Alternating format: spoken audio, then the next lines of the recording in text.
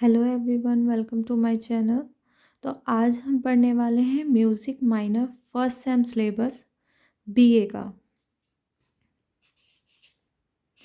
BA first sem का हम music minor का सेकंड यूनिट करने वाले हैं। आज हम सेकंड यूनिट से स्टार्ट करेंगे और सेकंड यूनिट का फर्स्ट टॉपिक कवर करेंगे। फर्स्ट टॉपिक तो यहाँ पे नहीं कह सकते, फर्स्ट और सेकंड दोनों ही कवर करेंगे। फर्स्ट में जस्ट हेडिंग लिख रखी है, डिफाइन द फॉलोइंग टर्म्स। हमें नाद डिफाइन करना है, तो हम आज सबसे पहले नाद टॉपिक पढ़ने वाले हैं। तो चलिए शुरू करते हैं। नाद क्या होता है? नाद की उत्पत्ति नद धातु से हुई है।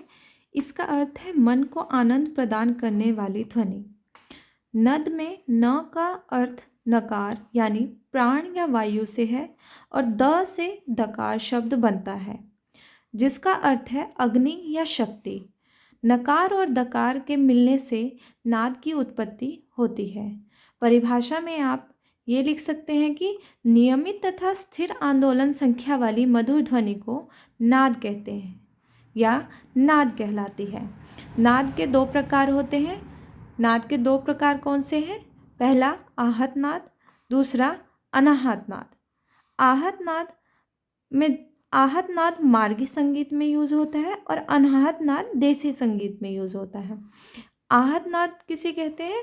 जो नाद दो वस्तुओं के आपसी रगड़ से उत्पन्न होता है उसे आहत नाद कहते हैं। यह नाद संगीत उपयोगी होता है। यह नाद तीन प्रकार से उत्पन्न होता है। पहला, एक वस्तु से दूसरी वस्तु पे आघात द्वारा, जैसे हाथ से तबले पे आघात करने से जो ध्वनि उत्पन्न होती है उसे आहत नाद का एक अंग कहा जाता है। दो वस्तुओं को आपस में रगड़ द्वारा जो नाद उत्पन्न होता है वह भी आहत नाद का ही अंग है, जैसे सारंगी पर गज रगड़ने से उत्पन्न ध्वनि। तीसरा प्रकार है, किसी वस्तु में वायु प्रवेश करती है तब यह नाद उत्पन्न होती है, जैसे हारमोनियम। यहाँ पे आप बांसुरी भी लिख सकते हैं। बांसुरी में भी जब हम वायु डालते हैं तो वहाँ पे नाद उत्पन्न होता है। नाद का दूसरा प्रकार है अनाहत नाद।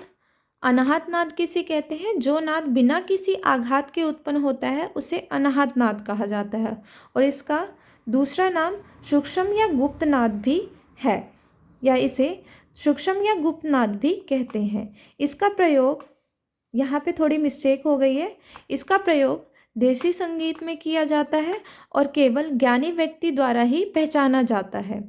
यानी इसका कहने का अर्थ है कि कोई भी नौसिखिया संगीत विद्यार्थी अनाहत नाद को ईजिली नहीं पहचान पाता। उसके लिए हमें बहुत ही डिटेल स्टडी की ज़रूरत होती है नाद की। जो संगीत के ज्ञानी, हमारे शिक्षक, हमारे गुरु, वो हमसे ज़्यादा जल्दी नाद को पहचान पाते हैं। मैं आपके सिलेबस का नेक्स्ट टॉपिक भी बहुत जल्द लेके आऊँगी। तब तक हमारे चैनल पे बने रहिए और लाइक, शेयर एंड सब्सक्राइब ज़रूर कीजिए।